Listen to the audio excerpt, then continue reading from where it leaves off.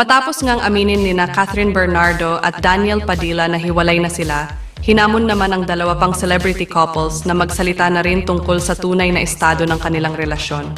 Sagluluksa ang puso ng mga kapamilya, kaibigan at supporters ng Kathniel dahil sa ginawang pagsisiwalat ng dating magjowa na totoong break na sila. At sa gitna nga ng pagluluksa ng Kathniel fans, hinamon naman ng netizens ang magkasintahang Kim Chiu at Zian Lim, pati na umamin na rin tungkol sa umano'y kanila ring paghihiwalay.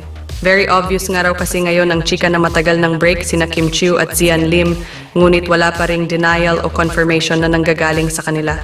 Sa ganitong mga pagkakataon, tila ba nagiging bahagi na ng kultura ng showbiz ang pag-amin ng tunay na estado ng mga relasyon ng mga kilalang personalidad. Ang pag-amin ni Catherine Bernardo at Daniel Padilla sa kanilang paghihiwalay ay naging pangunahing usapin sa mga balita na nagdulot ng lungkot sa kanilang mga tagahanga.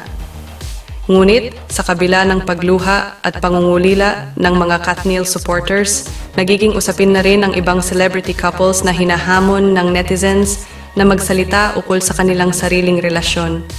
Sa paglipas ng panahon, maaaring maging bahagi na ito ng proseso ng paglilinis at paglilinaw ng mga bagay-bagay sa publiko. Bagamat masakit para sa marami, maaaring ituring itong oportunidad upang mas mapalapit ang mga paborito nating mga personalidad sa kanilang mga tagahanga at ipakita ang totoong estado ng kanilang puso. Sa huli, naway maging bahagi ito ng mas malawak na pag-unlad at paglago para sa bawat isa.